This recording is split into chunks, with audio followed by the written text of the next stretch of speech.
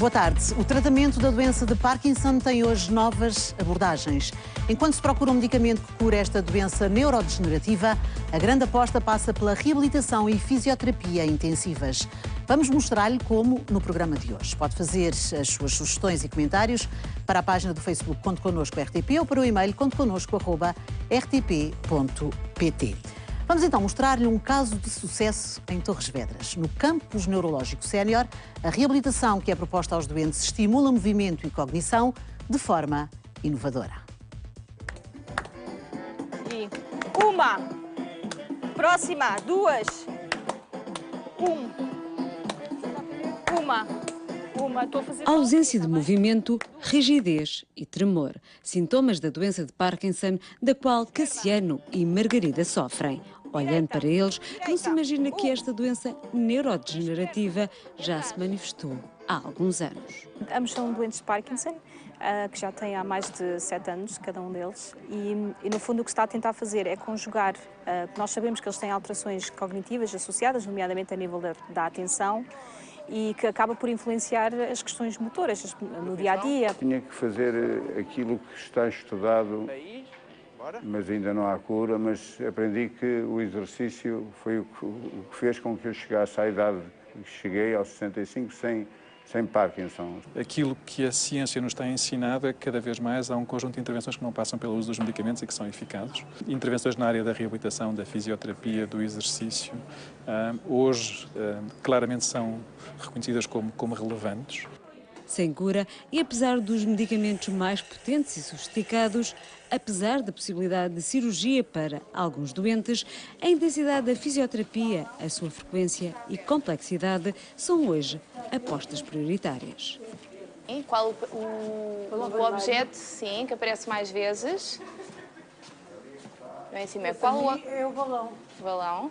Está-se a criar este programa, especificamente, em que estamos a trabalhar ao mesmo tempo as componentes físicas, neste caso tem mesmo a ver com as questões do equilíbrio, portanto a capacidade de darem um passo para conseguir depois equilibrar-se e depois ao mesmo tempo distraí-los com exercícios cognitivos. Agora vamos variar o tom. Sempre na mesma posição. Muito bem, ótimo. Foi aqui que eu fiquei a saber que estava a ficar sem falar. Se calhar não era prejuízo nenhum, pá, ninguém tinha que me ouvir. A voz ou falta dela é um outro sintoma da doença habitualmente esquecido. O que nós queremos é tratar todos os sintomas, todas as queixas que de alguma forma incomodem os doentes. É tentar oferecer os programas de fisioterapia que sejam mais eficazes. É tentar oferecer os programas de terapia da fala que sejam mais eficazes. Uma abordagem multidisciplinar disponível no mesmo espaço físico. Neste campus neurológico em Torres Vedras, há fisioterapia e reabilitação, junta-se a investigação e os tratamentos médicos e farmacológicos mais convencionais. Todos estes cuidados específicos, aos quais se pode juntar o internamento, têm um preço. Um programa de reabilitação de 4 semanas, portanto um mês, eu diria que com o alojamento e o programa de reabilitação ficará entre 2 a 3 mil euros de internamento. O campus é totalmente privado. Os responsáveis querem promover o acesso dando formação a profissionais que trabalhem em centros de reabilitação comparticipados pelo Estado. É meu convidado o Dr. Joaquim Ferreira, o fundador do Campus Sénior em Torres Vedras. Muito boa tarde. Porquê esta ideia em Torres Vedras? Torres Vedras tem uma razão muito óbvia, que é a minha terra natal e, portanto, digamos que a oportunidade de construir algo, digamos, no local que eu conhecia melhor foi uma dupla oportunidade. Claro. O porquê a doença de Parkinson? Porque é a área a que eu me dedico. Claro. Eu sou neurologista de formação. Exatamente. Para além de ver doentes com doença de Parkinson, a investigação nesta área é aquilo a que eu me dedico no meu dia-a-dia. Portanto, foi conjugar não só a minha área de interesse, mas a competência de pessoas que trabalham comigo e oferecer um espaço físico onde pudéssemos pôr em prática aquilo que andamos, de alguma forma, a defender há algum tempo. Claro. E que resultados práticos, concretos, já têm em relação ao sucesso deste misto de tratamento cognitivo-físico? É sempre difícil falar em causa própria e falar de projetos em que estamos diretamente envolvidos. Aqui a questão é poder oferecer algo num espaço físico desenhado e construído especificamente para este fim, que é aquilo que hoje em ciência é advogado para tratar os doentes com doença de Parkinson.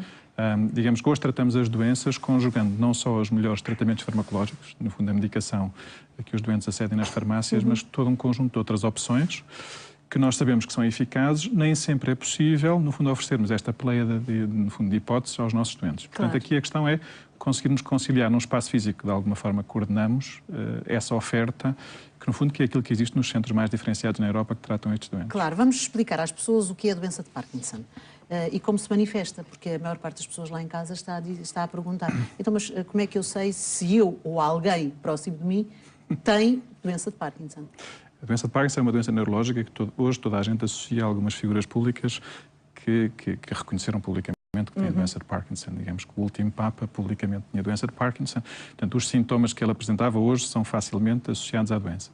É uma doença neurológica que surge mais frequentemente nas pessoas acima dos 55, 60 anos e que se caracteriza por alguns sintomas, digamos que mais frequentes.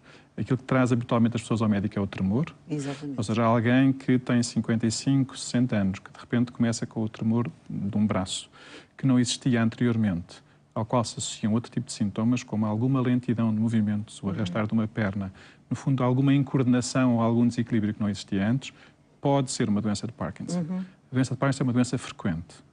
Uma doença frequente é uma doença que atinge, hoje em dia, cerca de 18 mil portugueses e, portanto, não é uma doença rara, aquelas doenças que existem em muito pouco número. Mas que pode dar mais qualidade de vida às pessoas que a têm se souberem onde ir e que tratamentos podem fazer. É importante dizer que é uma doença tratável, ou seja, temos hoje imensos tratamentos para abordar a doença.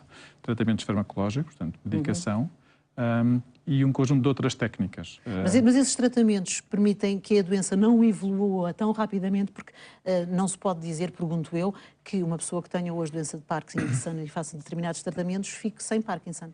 Digamos, o ideal de ter um medicamento que cura a doença, ou seja, que a pessoa tome durante umas semanas e ao fim de umas semanas passe, como passa uma gripe, infelizmente não temos essa arma. Temos tratamentos que são extraordinariamente eficazes. Eficazes significa que as pessoas ficam autónomas e capazes de manter a sua atividade profissional durante 5, 10, 15 anos, muitas vezes sem que quem está à volta se aperceba de que tenham a doença. E em termos psicológicos, a pessoa sabe que tem a doença, quer se tratar, tem pouca mobilidade ou passa a ter menos mobilidade também, menos, não consegue pelo menos mover-se e locomover-se, se assim se pode dizer, tão facilmente, mas a pessoa sabe que tem essa doença. Isso também afeta? Todas as doenças crónicas que têm um nome que é um bocadinho assustador afetam as pessoas. Hoje sabemos coisas tão importantes como a forma como o diagnóstico é comunicado pode afetar a progressão da doença. Portanto, é algo a que os doentes têm direito a aceder a essa informação de uma forma correta. Mas digamos que a grande diferença nos últimos anos é que a melhor estratégia para tratar os doentes é conciliar, de fundo, tudo aquilo que temos ao nosso dispor. Ao nosso dispor são as melhores técnicas cirúrgicas, são os melhores tratamentos farmacológicos e, no fundo, isto que acabámos por ver também na reportagem, que, no fundo, é uma abordagem do ponto de vista da reabilitação, que até há alguns anos era desvalorizada. Desvalorizada pelas razões que nós sabemos. Não havia estudos científicos que demonstrassem o seu benefício. Claro. E há hoje um conjunto de informação que claramente suporta que este tipo de intervenções é benéfica. Benéfica significa que os doentes se mantêm autónomos durante mais tempo. E, portanto, que a qualidade de vida é mantida por um período mais longo. Muito mais longo, isso é aquilo que nós pretendemos. Em relação àquilo que também ouvimos na reportagem, é a formação de técnicos e não só profissionais de saúde especializados nesta área. É fácil chamar os profissionais de saúde para as neurociências, para a neurologia, porque às vezes as pessoas ficam assim um bocadinho baralhadas com... Profissionais de saúde são iguais a todos os humanos, não é? E acabam por ser seduzidos e há períodos de entusiasmo em algumas áreas médicas. Claro. Digamos que a neurologia provavelmente já houve períodos em que foi uma disciplina médica mais interessante. Dentro das áreas neurológicas, as doenças ditas de movimento, em que se inclui a doença de Parkinson e o tremor, por exemplo, digamos que são áreas historicamente muito relevantes, provavelmente não são das áreas hoje mais atrativas. Hoje há um conjunto de áreas neurológicas novas que se calhar até mobilizam mais vontades por parte dos médicos. Mas o que é interessante, nomeadamente neste projeto, é envolver pessoas não médicas. Eu digo que os médicos são os privilegiados. Os médicos têm acesso a muito mais informação, provavelmente, do que outros profissionais de saúde. Os não médicos são o quê, exatamente? Auxiliares de saúde? Digamos que há um termo em inglês, são os Allied Health Professionals. São os profissionais de saúde aliados. Numa tradução assim muito imediatista. No fundo, são os enfermeiros, são os fisioterapeutas, são os auxiliares da ação médica, são os assistentes sociais. São voluntários ou não? Há alguns voluntários. O cidadão comum pode ajudar no tratamento da doença de Parkinson? O cidadão comum pode ajudar primeiro sabendo sobre a doença. Depois, sendo uma doença frequente, há um grande risco do cidadão comum ter um familiar afetado. Claro. E, portanto, nesse sentido, em doenças que são um bocadinho intrigantes, Estas doenças neurológicas são doenças em que a pessoa pode estar bem num minuto e 5 minutos depois estar muito mal do ponto de vista motor. Portanto, se não houver um conhecimento por parte de quem cuida e de quem está à volta destes doentes, podemos até ser cruéis na forma como abordamos a doença e desvalorizamos as queixas. Claro, claro. Portanto, e é um pouco esse... Eu acho que é o que eu digo. Os médicos têm acesso a uma informação e, provavelmente, não são eles o alvo preferencial deste tipo de iniciativas. Se nós conseguirmos formar outros profissionais de saúde nestas áreas, de facto, ganhamos imenso. Depois, porque há muito mais profissionais de saúde outros que não os médicos. Portanto, claro. é uma forma, é quase educarmos mais gente que vai verdadeiramente participar no tratamento destas Mas vai doenças. formar pessoas que depois não vai precisar delas todas no campo sénior, porque apesar de se perceber que está a crescer e que tem muitos doentes e que tem uma atividade muito acima da média de outros centros, o que é certo é que se calhar se vai começar a formar tantas pessoas, depois vai ter que as distribuir ou ajudar a distribuir por outros lados. É o melhor que me pode dizer. É o que nós queremos. É assim, por muita gente que usa este tipo de campos, como usam outros serviços neurológicos com este tipo de vocação, o que nós queremos é tratar toda a gente. Digamos que o meu ideal é que todas as pessoas com doença de Parkinson tenham acesso aos cuidados mais diferenciados, aos cuidados mais, no fundo, que sejam mais úteis do ponto de vista do tratamento da doença. Portanto, se os profissionais que por lá passarem for fazer e construir centros diferenciados em todas as áreas do país, eu Excelente. fico e agora estarão contente. as pessoas a perguntar lá em casa, então porquê é que eu tenho que pagar para ter direito à saúde? Que é a questão central, não é? Porque é que este tipo de centro, este tipo de atividades não existe no Serviço Nacional de Saúde? É uma pergunta difícil e é uma pergunta difícil de ser respondida por mim. Mas tem uma opinião formada. Tenho uma opinião sobre formada isso. e assim eu trabalho num centro universitário e tenho responsabilidades nessa área. O que eu digo é assim, portanto, para sermos justos, existem hoje serviços de neurologia com pessoas competentes para tratar este tipo de doenças. Portanto, isso é inquestionável, vários no país, e o país progrediu imenso nestes últimos anos. Agora, centros que congreguem todas estas valências já é mais difícil, O que não é? difícil, e mais uma vez, digamos que é uma luta em várias áreas médicas, é conseguir conciliar no mesmo espaço físico as equipas multidisciplinares para tratar uma mesma doença. Porque implica conciliar no mesmo espaço físico, no fundo, a capacidade de alojamento deste tipo de doenças. Claro. Vários profissionais de saúde com treino específico neste tipo de doenças. E, de facto, eu tenho que reconhecer que não é fácil, em estruturas generalistas, que têm um conjunto de outras preocupações que não apenas a doença de Parkinson, acabar por conciliar este tipo de interesse. Mas é possível, tem obviamente que haver no fundo, essa decisão estratégica. Claro. E acabar por fazer também parcerias com serviços públicos ou não? Sempre na mesma posição. Assim, nós estamos abertos a todo o tipo de possibilidades. Claro.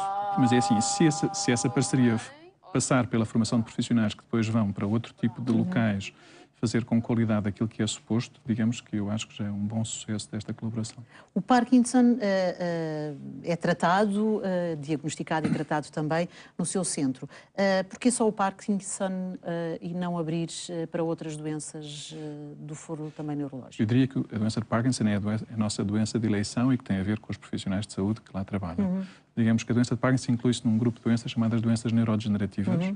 Digamos que a doença mais frequente dentro das neurodegenerativas é a doença de Alzheimer e os síndromes demenciais em geral. Exatamente. Portanto, diria que este grupo de doenças ditas neurodegenerativas é a área onde nós, de facto, trabalham mais onde temos mais experiência, claro. E eu diria que as pessoas não devem fazer coisas que não sabem fazer. Portanto, isto mais uma vez, é uma questão de ser consistente com aquilo que de alguma forma defendemos. Portanto, tem que haver uma competência de base para que depois as pessoas se possam posicionar e oferecer um tipo de serviço. Mas, digamos, todas as doenças neurológicas em geral e as áreas de fronteiras. As áreas de fronteiras são as outras especialidades médicas que são extremamente importantes também para o tratamento das doenças degenerativas, são cobertas por nós e, obviamente, essa área de interesse temos lá. Falou no Alzheimer, que é diferente de Parkinson. Tem doentes com Alzheimer também no seu centro? Temos doentes com síndromes demenciais em geral e temos doentes com doença de Alzheimer. Digamos que é uma segunda área onde claramente há um interesse e há profissionais especificamente. E nesse caso, o foco do tratamento é diferente do que o dos doentes de Parkinson, ou não? Digamos, nós tratamos os doentes dependendo das armas que temos. Portanto, as armas que temos para tratar a doença de Parkinson são diferentes das armas que temos para tratar a doença de Alzheimer. Há coisas muito comuns, nomeadamente nas fases mais avançadas da doença. Sim. E algo que a ciência nos tem demonstrado é que nas fases avançadas os medicamentos de alguma forma perdem relevância. E, infelizmente, temos menos armas do ponto de vista farmacológico para termos um bom benefício e é todo o resto da intervenção médica e de apoio que acaba por ser mais relevante. Portanto, mesmo sendo doenças diferentes, infelizmente, com o avanço da doença e até com o próprio envelhecimento, porque estamos a falar de doenças que são preferencialmente de populações idosas, população mais velha. quando a incapacidade começa a aumentar, a forma de tratar a doença não é tão diferente. E, portanto, o Alzheimer manifesta-se mais rapidamente, ou a parte da demência manifesta-se mais rapidamente no Alzheimer do que no Parkinson, certo? São ambas doenças lentas. Portanto, estamos a falar de doenças que progridem ao longo de anos e não ao longo de semanas ou de dias. Claro. A doença de Alzheimer começa por alterações da memória, fundamentalmente. Exatamente. No fundo, é isso que faz com que as famílias comecem a suspeitar de que há algo que não estava bem. As pessoas começam a esquecer-se de coisas óbvias, do que é que almoçaram hoje ou do que é que fizeram no dia anterior. Portanto, predomina de facto o esquecimento ou o defeito de memória como queixa dominante. Depois aparecem, obviamente, outros sintomas, e é o que eu digo, à medida que esta doença avança, há pontos comuns. Claro. Do ponto de vista do desequilíbrio, do ponto de vista do risco de caírem. No fundo, há sintomas que acabam por, de alguma forma, fazer a ponte. É? Mas aquilo que eu acho mais interessante, e que de alguma forma eu acho que é a mensagem, ou uma das mensagens importantes, é que para o tratamento destas doenças existem muito mais tratamentos do que os medicamentos. Claro. Em todas elas. E, portanto, o conhecimento da família, este tipo de intervenções na área da fisioterapia e da reabilitação em geral, a estimulação, no fundo, os doentes manterem-se ativos. E isso pode também ser feito em casa, por isso que às vezes, há pouco lhe perguntava dos voluntários, porque há pessoas que não precisam de ser internadas porque têm esta patologia e que podem fazer alguns dos tratamentos em casa, certo? Mas há coisas muito simples que podem ser feitas. Uma delas é informar os cuidadores.